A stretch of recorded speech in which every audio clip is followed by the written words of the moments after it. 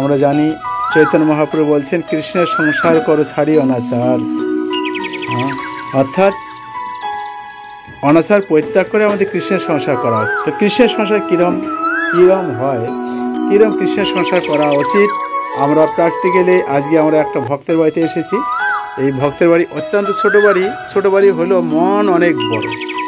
তো কিভাবে কৃষ্ণের সংসার করতে হয়, তো এই মাতাজিরা তারা অত্যন্ত সুন্দরভাবে ভগবানের সেবা করেন। আমি দেখতে পাচ্ছি যে কীভাবে যেখানেই জগন্নাথজি রয়েছে, জয় জগন্নাথ স্বামী কি জয়। এই জগন্নাথ বলতে সৈন্য মহারানী আমরা দেখতে পাই এই জগন্নাথ স্বামী, এই আমাদের আরাধিতা মাতাজি আছে, আরাধিতা মাতাজি তিনি স্বয়ং নিজ হাতে তিনি এই বিগ্রহটি তৈরি করছেন এবং সুন্দরভাবে বিভিন্নভাবে তাকে সুসজ্জিত করেন। এবং তার পড়াশোনার পাশাপাশি তিনি কীভাবে ভগবানের সেবায় ছোট বয়স থেকেই একদম তিনি অঙ্গাঙ্গিভাবে জড়িত রয়েছেন। এই কৃষ্ণ কানাইয়া আমি যে দেখতে পাচ্ছি, এই কৃষ্ণ কানাইয়াকে তিনি সবসময় তিনি সাথে নিয়ে থাকেন। যেখানেই তিনি যান কৃষ্ণ কানাইকে সাথে নিয়ে যাবেন, কোথাও বেড়াইতে গেলে, কোথাও ঘুরতে গেলে, এবং কি যখন তিনি ঘুমানোর সময় ওই কানাইয়াকে সাথে নিয়েই তিনি থাকেন। তো সবসময় ভগবান গীতাতে বলছেন যে মচ্চিত্ত মদ্গত প্রাণ বোধয়ন্ত পরস্পর কথান্তর্ষ মামৃতম তুষান্তি চ রমন্তি চ।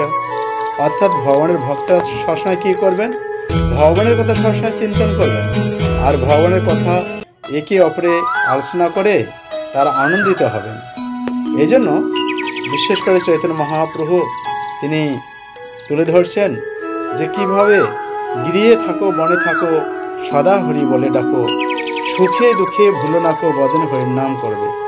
আমাদের ভক্তরা আমরা দেখতে পাই যে তারা কীভাবে যতই সংসার, যতই অশান্তি হোক, ঝামেলা হোক, যতই কিছু তাদের মনে আঘাত আসুক, কিন্তু তদুপরি তারা ভুলে গিয়ে কী করেন, একমাত্র কৃষ্ণের আনন্দ প্রীতি বিধানার্থে তার সবসময় ভগবান সবে। এই দেখুন গোপাল যেন হাসতেছে, তাই না? কত সুন্দর গোপাল, জয় গোবিন্দ জয় গোপাল, কেশব মাধব দীনদয়াল। গোপালকে দেখুন কীভাবে সুসজ্জিত করতে হয়, ভগবানকে কীভাবে সাজাইতে হয়। মাতাজি নিজ হাতে স্বয়ং এলেন এই সেবা করেন। অর্থাৎ আমাদের যে আরাধিতা মাতাজি আছে, ললিতা মাতাজি, তিনি পড়াশোনার পাশাপাশি তিনি কীভাবে সবসময় ভগবানকে নিয়ে থাকেন। একদম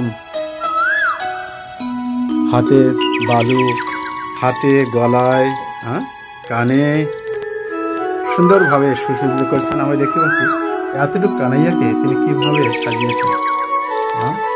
মাথায় ময়ূর পুচ্ছ, শিখি পুচ্ছ, তারপর গলায় মালা হার দিয়েছেন, এবং কোমরে কোমরবন্ধনী আছে, এবং নুপুর রয়েছে। অত্যন্ত দেখুন কত সুন্দর লাগছে, তাই না? তো এটি হচ্ছে ভগবানের ভক্তরা এরকমই হয়েছে। বিশেষ করে ভাগবতমে কপিলদেব, মাতা দেবাহতী কপিলদেবকে ভগবানকে জিজ্ঞাসা করছিল, হে প্রভু, আমি সাধুদের চিনব কিভাবে? সাধুরা থাকে কোথায়? ওরা কি খায়, কিভাবে চলে, আর তাদের লক্ষণগুলি বা কি? সুন্দরভাবে কপিলদেব ভগবান তিনি বিস্তারিত বর্ণনা দিয়েছিলেন যে সাধুরা কিরম হবে। ধরছিলেন তিতির্ষব কারণিকা শহীদ সর্বদেহিনাম অজাত শত্রু শান্তা সাধু ভূষণম। সাধুদের ভূষণ হচ্ছে এগুলো। এটি হচ্ছে মাতাজির গৃহ। আর এই গৃহের মধ্যে দেখুন কত গোপাল, গোপাল পতিতন গণ্ডিতাই রয়েছে, অনেক গোপাল রয়েছে। অপূর্ব দর্শন। আপনারা নিজেরা তো দর্শন করছেন, অন্যদের শেয়ার করে তাদেরও দর্শন করার সুযোগ করে দিবেন। এই ধরনের সৌভাগ্য সবার হয় না। আর বিশেষ করে ভগবানের অশেষ কৃপা যে আমি এই মাতাজির গৃহে এসেছি, এবং গণ্ডিতাই অজানুলম্বিত ভোজৌ কনকদাত সংকীর্তনৈক পিতর কমলায়তাক্ষ বিশ্বম্ভর দ্বিজবর যুগধর্ম পালো বন্দে জগৎপ্রিয়া করো করুণাবতারো করুণাবতারো করুণাবতারো। শ্রী চৈতন্য মহাপ্রভু, এটা হচ্ছে তার বড় বিগ্রহ, আর এটা হচ্ছে অর্চিত বিগ্রহ, অর্চন করেন এই বিগ্রহ। এটা ছোট, জয় গণ্ডিতাই কি জয়। আর দেখতে পাচ্ছি দেখুন কত ছোট গণ্ডিতাই, একদম সুন্দর শীতের পোশাক। আপনারা এই কমপক্ষে শীতের দিন অবশ্যই শীত বস্ত্র ভবানী পরানো উচিত। দেখুন আপনারা দেখতে পাচ্ছেন কত ছোট গণিতাই, হ্যাঁ কত ছোট গণিতাই, কিন্তু দেখুন শীত বস্ত্র তাকে পরে দিয়েছেন। হে ভগবান, এই জন্য ভগবান অত্যন্ত কৃপাময়। এই ভগবান পড়ে গেছে গণিতাই, হ্যাঁ জয় গণিতাই কি জয়।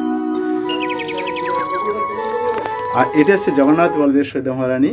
আমি দেখতে পাচ্ছি মাতাজি নিজ হাতে এগুলো বিগ্রহ তৈরি করে তিনি এই বিগ্রহ তৈরি করছিলেন। এটা হচ্ছে সুদর্শন, এবং যেদিকে তাকাবেন সেদিকে ঠাকুর শুধু।